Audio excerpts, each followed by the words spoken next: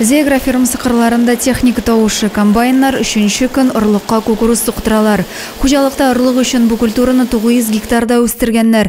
Дүрт комбайн келенген, оларға мақсус жойланмалар орнаштырылған. Биыл бір түклер жетішкен, уражай бек яқшы. Бүгін екінші күн ішлейбіз, комбайндар дүртеу, зерноны шығарып барабыз. Машиналар бітінісі организованы, бітінірсе тәртіпті. Кукуруз үшін ел яқшы келді бұйыл деп білгішлер, гектарынан 60 центнер оңыш шыға. Ауыл хужалық қызметшәнлері де хауа тұрышлар оңай тұрғанда юғалтуларсыз жиып алуны мақсат етіп қоя.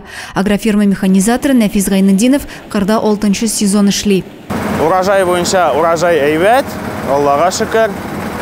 Алла берса, без потерь исән сауғына жиып шығарға планлаштырабыз. Бұл ішке біріншілерден болып Зегра фирмасы кірішті. Қолған хужалықлар да әкірінлеп қошылашақ.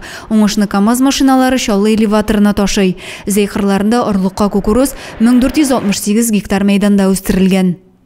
Адилия Бурханова, Юлия Казамарова, Александр Тимофеев, Зей хабарлары.